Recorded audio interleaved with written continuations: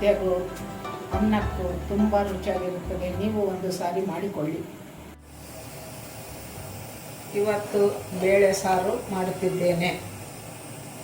ಈ ಬಟ್ಟಲಲ್ಲಿ 1 ಬಟ್ಟಲು ತೊಗರಿಬೇಳೆ ಅನ್ನು ಚೆನ್ನಾಗಿ ತೊಳೆದುಕೊಂಡು 1-2 ಸಲ ಬೇಳೆಗೆ ಸ್ವಲ್ಪ ಎಣ್ಣೆಯನ್ನು ಹಾಕಿಕೊಂಡು ನೆನೆಸಿದ್ದೇನೆ.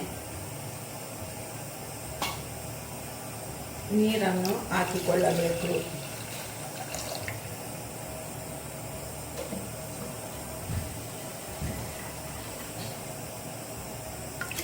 ನೀರು ಹಾಕಿಕೊಂಡ ನಂತರ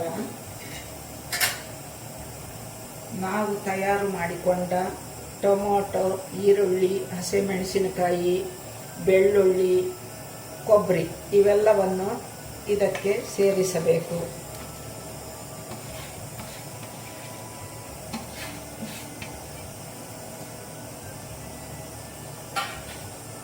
ಸ್ವಲ್ಪ ಕೊತ್ತಂಬರಿಯನ್ನು ಹಾಕಬೇಕು.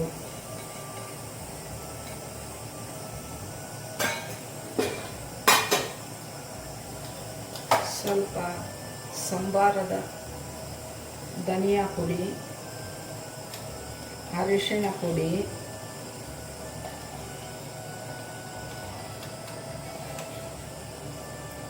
ಹಾಕಿಕೊಳ್ಳಬೇಕು.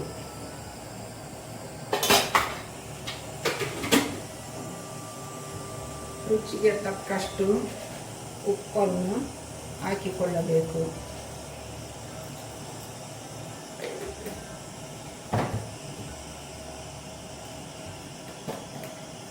ಸ್ವಲ್ಪ ಬೆಲ್ಲವನ್ನು ಹಾಕಿಕೊಳ್ಳಬೇಕು.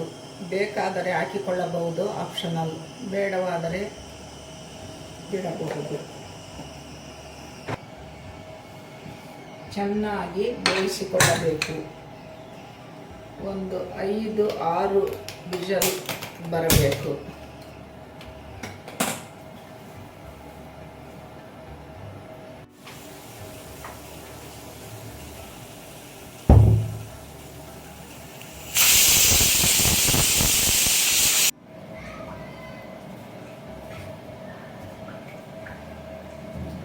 ಸಂಬಾರಿನ ಬೇಳೆ ಚೆನ್ನಾಗಿ ಈ ಥರ ಎಲ್ಲ ಕುದ್ದಿದೆ. ಇದನ್ನು ಈಗ ಒಗ್ಗರಣೆ ಮಾಡಬೇಕು.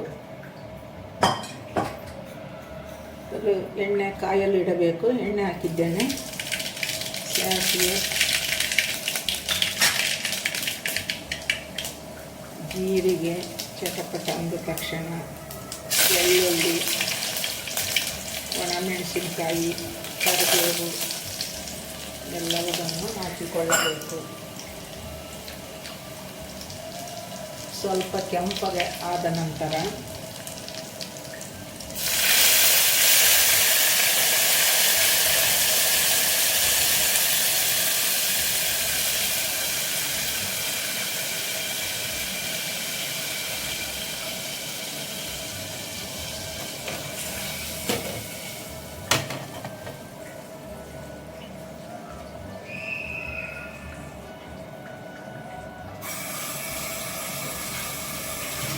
ಸಾರಿನ ಇದರಿಂದ ಚೆನ್ನಾಗಿ ದಟ್ಟಿಸಬೇಕು.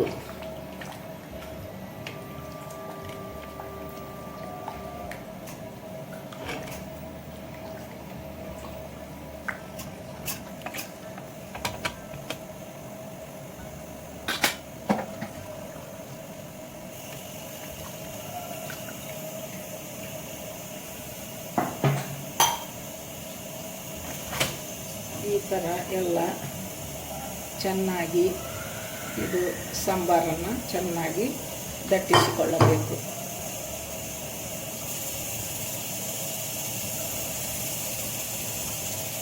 ಈಗ ಇದನ್ನು ಹಾಕಿಕೊಳ್ಳಬೇಕು.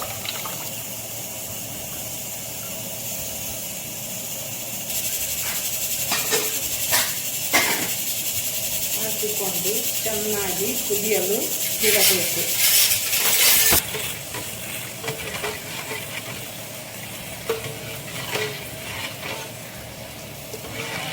ಬೇಳೆ, ಹಸಿಮೆಣಸಿನಕಾಯಿ, ಟೊಮೊಟೊ, ಈರುಳ್ಳಿ, ಬೆಳ್ಳುಳ್ಳಿ, ಸ್ವಲ್ಪ ಹಸಿ ಕೊಬ್ಬರಿ ಹಾಕಿ ಕುಕ್ಕರಿನಲ್ಲಿ ಬೇಯಿಸಲು ಇಟ್ಟಿದ್ದೆ. ಈಗ ಒಗ್ಗರಣೆಯನ್ನು ಹಾಕಿದ್ದೇನೆ.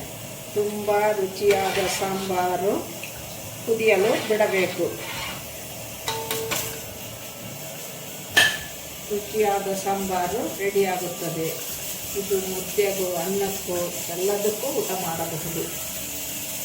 ಈಗ ಚೆನ್ನಾಗಿ ಸಾಂಬಾರ ಕುದಿಯಲು ಶುರುವಾಗಿದೆ. ಈ ರೀತಿ ಕುದಿಯಬೇಕು.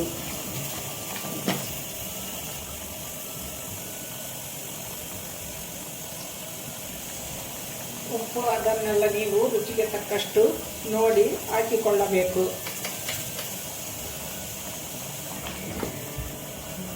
ರುಚಿಯಾದ ಸಾಂಬಾರ್ ರೆಡಿ.